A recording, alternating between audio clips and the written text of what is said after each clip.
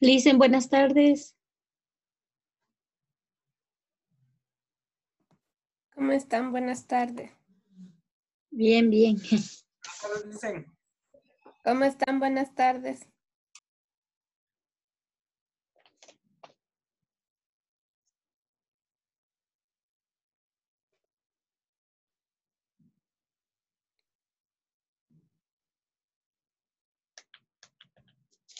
A ver, chicos, les voy explicando rapidito antes de comenzar la clase. Creo que ya les habían explicado los otros profes, pero ustedes deben saber que el Ministerio de Educación solicitó que ustedes deben realizar un portafolio de cada materia. Sí, entonces ustedes deben recopilar toda la información de sus trabajos, diapositivas, todo lo que hemos nosotros realizado en la materia en un solo PDF para poder tener ese respaldo de su trabajo. En el caso de nosotros, la mayoría de trabajos lo hacemos en el libro, entonces tendrían que escanear o tomarle una fotito a esas tareas y también a las consultas y de ahí poder seguir avanzando, sí, seguir recopilando de cada semana lo que hemos hecho, las diapositivas también con sus tareas para que ustedes tengan un respaldo de todas sus materias, ¿sí? ¿Está claro?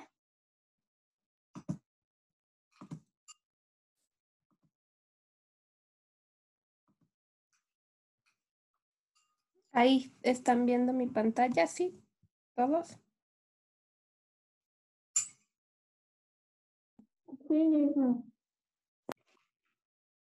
Ya. Entonces, no se olviden seguir adelantando el portafolio, recopilando todas las diapositivas, los deberes, las hojitas de consultas y el libro que hemos realizado, que es su portafolio. Sí, hay que seguir recopilando, haciendo un solo archivo para que ustedes tengan su respaldo de las clases. Y de ahí lo entreguemos al final del año porque creo que tiene ese portafolio un porcentaje de nota en el promedio final. ¿Ustedes ven mi pantalla?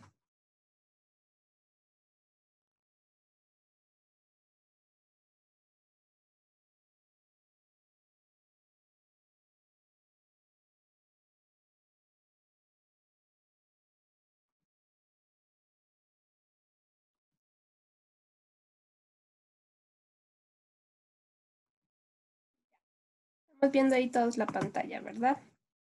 Entonces ya a sus compañeros traten de avisarles también que empiecen haciendo estos portafolios para que tengan una noción de qué es y cómo deben hacerlo. Yo también en el transcurso de esta semana les voy a enviar un instructivo para que ustedes también vayan haciéndolo de forma correcta, así tengan una guía, porque tienen que tener una carátula con el nombre de la materia, los datos de ustedes, los datos del profesor, y tienen que ir recopilando la materia que hemos visto y los trabajos que se han hecho por cada semana a partir de la semana que estuvimos en cuarentena y que se empezaron con las clases virtuales, ¿sí?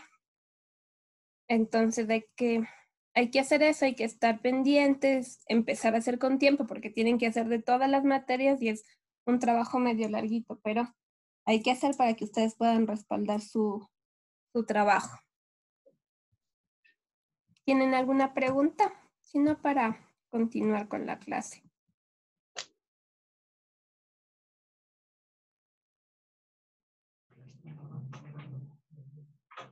¿No, no hay dudas? No, ninguna, Licen. Ya, entonces, vamos a seguir. Nosotros la semana pasada vimos un poco sobre cómo funcionaba el metabolismo, la cadena trófica. Hoy vamos a hablar un poquito sobre el proceso de respiración celular.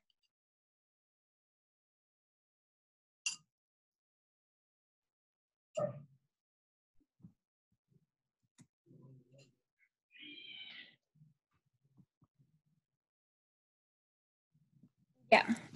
¿Qué es la respiración celular? Cuando nosotros hablamos de respiración celular, hablamos de una respiración interna que se produce a nivel pulmonar en los seres humanos o en las plantas, como ustedes lo ven ahí. Se produce a través de unos pequeños poros que tienen las hojas o los árboles, y desde ahí empieza su respiración celular. En la respiración celular nosotros tenemos dos sustancias, el dióxido de carbono y el oxígeno. El oxígeno que es inhalado por los seres humanos y animales y que tenemos como desecho el dióxido de carbono. En las plantas es al revés. Ingresa el dióxido de carbono y se exhala el oxígeno, ¿sí? En las plantas es al revés. Las plantas necesitan el dióxido de carbono y como desecho tienen oxígeno, que es el que nos sirve a nosotros para purificar la sangre. Y en el caso de los seres humanos es al revés. Nosotros necesitamos del oxígeno y nosotros tenemos como desecho el dióxido de carbono. Cuando hablamos de respiración celular, nosotros tenemos una respiración interna que puede ser pulmonar en el caso de los animales, de algunos animales y el ser humano. Pero también tenemos una respiración externa, como es el caso de las plantas, o como también es el caso de los hongos, algunos parásitos, algunas bacterias, ¿sí? La última consiste en un intercambio de gases entre la sangre y el medio externo, mediante los capilares o las branquias, la piel o los pulmones. Por eso hablamos que hay una respiración interna o externa, porque algunos seres humanos, algunos seres como algunos animales tienen branquias y algunos otros tienen algunos tipos de capilares en su piel y su respiración es externa, más no interna. El tipo de intercambio de esta respiración es introducir oxígeno y expulsar dióxido de carbono. Como les decía, en las plantas es al revés. Pero el proceso es exactamente el mismo.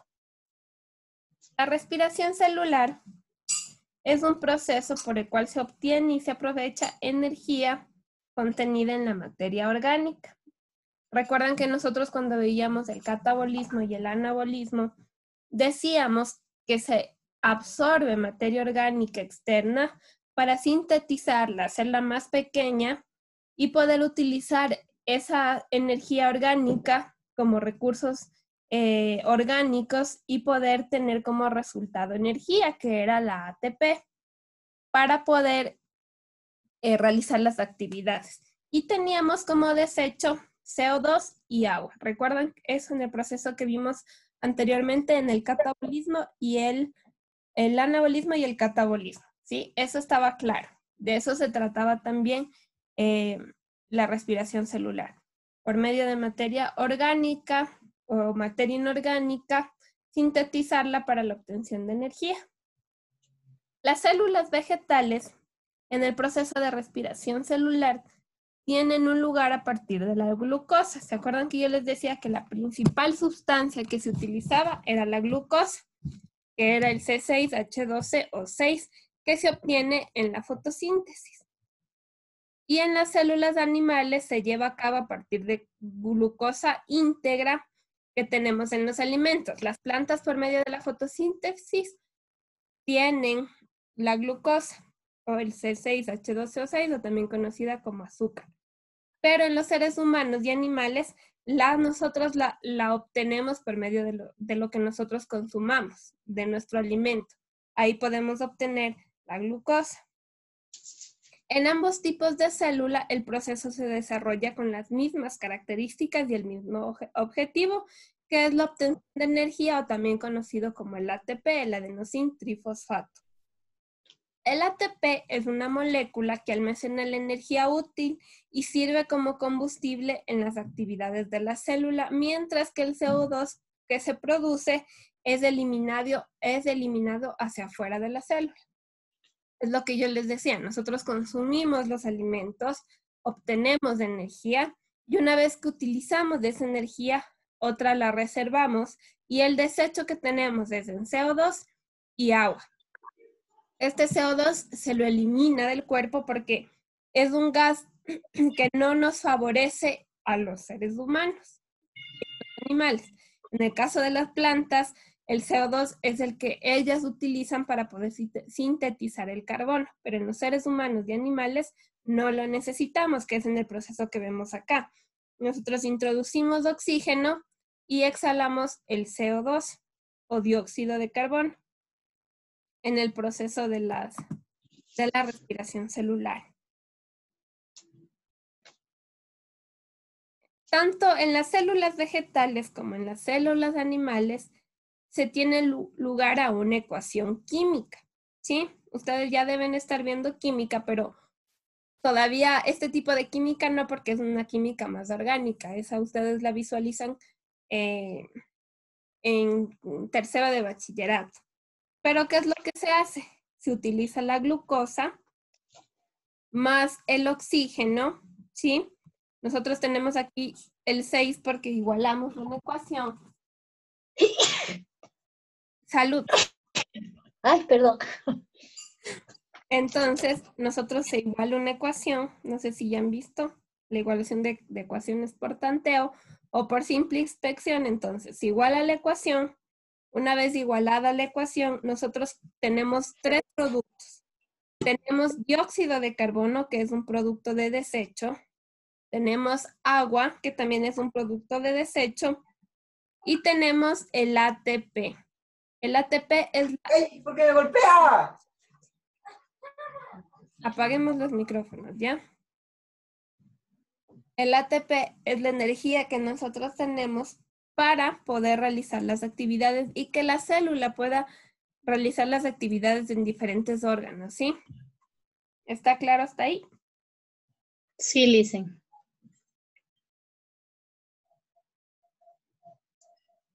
Nosotros tenemos dos tipos de respiración. La respiración aerobia y la respiración anaerobia. ¿Qué quiere decir respiración aerobia? Quiere decir que utilizamos el oxígeno para poder realizar esta respiración. La respiración aerobia es un conjunto de reacciones mediante los cuales el ácido pirúvico producido por la glucólisis, que quiere decir la glucosa, ¿no? Es la síntesis de la glucosa. Eso se le conoce como glucólisis. ¿Qué es la síntesis? Es que se hizo de la glucosa partículas más pequeñas para poder utilizar la célula, ¿sí? Se desdobla a dióxido, sí, de carbono y agua. Es decir, una vez que se separó la glucosa por medio de la glucólisis, se desdobla, o sea, quiere decir que se hizo de esa reacción grandota de 6 átomos de carbono, 6 átomos de oxígeno y 12 de hidrógeno, se hicieron más pequeños y se convierten en dióxido de carbono y agua. Estos producen grandes cantidades de ATP o energía que utiliza la glucosa como combustible y el oxígeno como aceptor final de los electrones. Lo podemos ver acá con más gráfico para que no se vuelva tan complejo. Nosotros tenemos la glucosa, ¿sí? Que se desdobla, se lo conoce como un ácido pirúvico. Ingresa a la célula que nosotros tenemos acá. La célula lo sintetiza y se transforma en energía. Se elimina dióxido de carbono y también tenemos en este proceso agua, ¿sí? ¿Por qué hablamos de electrones? Porque cuando nosotros hablamos de materia, tenemos átomos, ¿sí? Y esos átomos lo que tienen son cargas. Estas cargas pueden ser positivas o negativas. Entonces, la sustancia de carbono, oxígeno, dióxido de carbono, agua, o el ATP, el adenosintrifosfato, tienen cargas. Estas cargas pueden ser electrones y protones, es decir, positivas o negativas. Esas cargas hacen fusiones dentro de la célula y les permite que tenga energía y también tener desechos como el CO2 y el agua. Como su nombre lo indica, se trata de la degradación con oxígeno y produce el mayor rendimiento energético. Cuando nosotros tenemos una respiración aerobia, se realiza la degradación con oxígeno y producimos un mayor rendimiento energético. Es un tipo de metabolismo energético en el cual los seres vivos extraen energía en moléculas orgánicas, como la glucosa, por un proceso complejo en el que el carbono se oxida y el oxígeno procedente del aire es un oxidante empleado. Es decir, para que el carbono se oxide, para que este carbono se active, necesita oxidarse. Por eso nosotros necesitamos oxígeno. Una vez que se oxida, se produce ya el proceso de la obtención de energía. ¿Está claro hasta ahí? Sí, listen. Ya. La segunda respiración que nosotros tenemos y se produce más con bacterias, levaduras y hongos, no tanto en los seres más complejos como los animales, las plantas y los seres humanos, es la respiración anaerobia. Esto quiere decir que en algunas circunstancias la degradación se produce sin oxígeno. Es el caso de la reacción que tiene lugar a células musculares cuando se ven sometidas a un esfuerzo extremo, que provoca una demanda de oxígeno superior a la cantidad que proporciona el aparato circulatorio. ¿Qué quiere decir? Por ejemplo, en algunos casos en los seres humanos nosotros tenemos también reacciones anaeróbicas. Por ejemplo, cuando nosotros hacemos ejercicio, hay una demanda de energía más constante, o sea, todo el tiempo. Entonces, la circulación de la sangre no puede abastecer a mi músculo de suficiente oxígeno.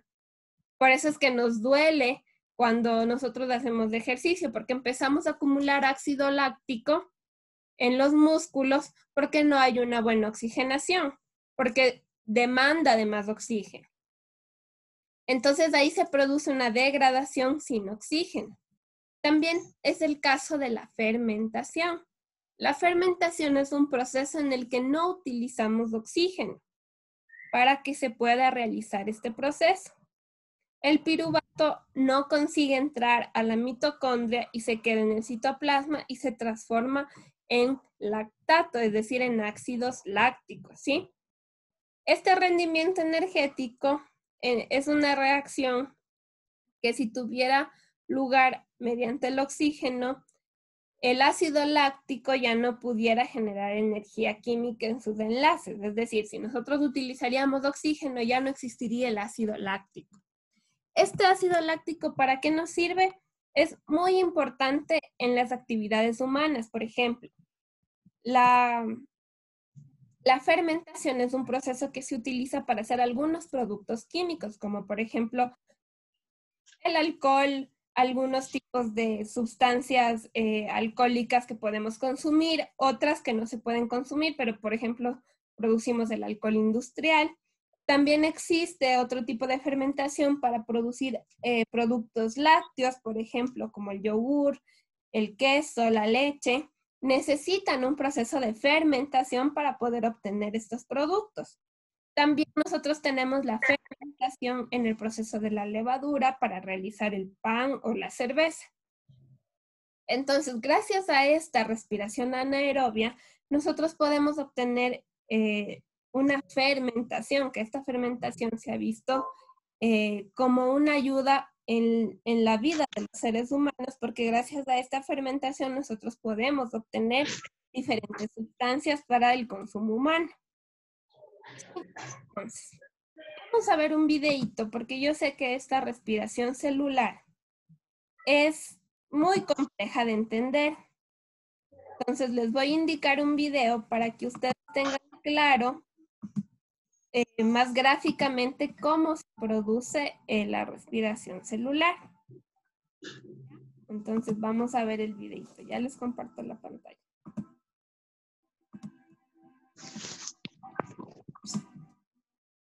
¿Sí están viendo el video? Sí, listen. Ya.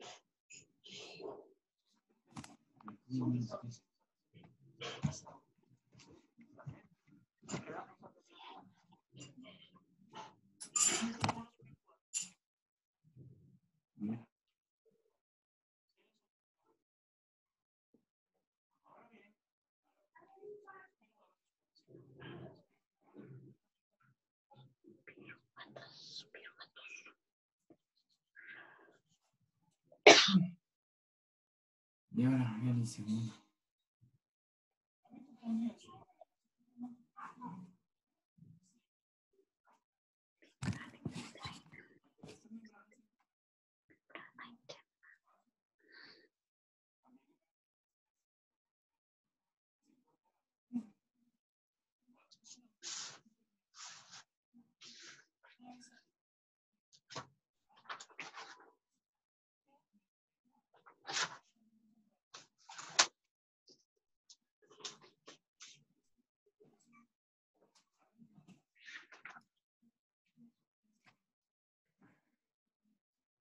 No, como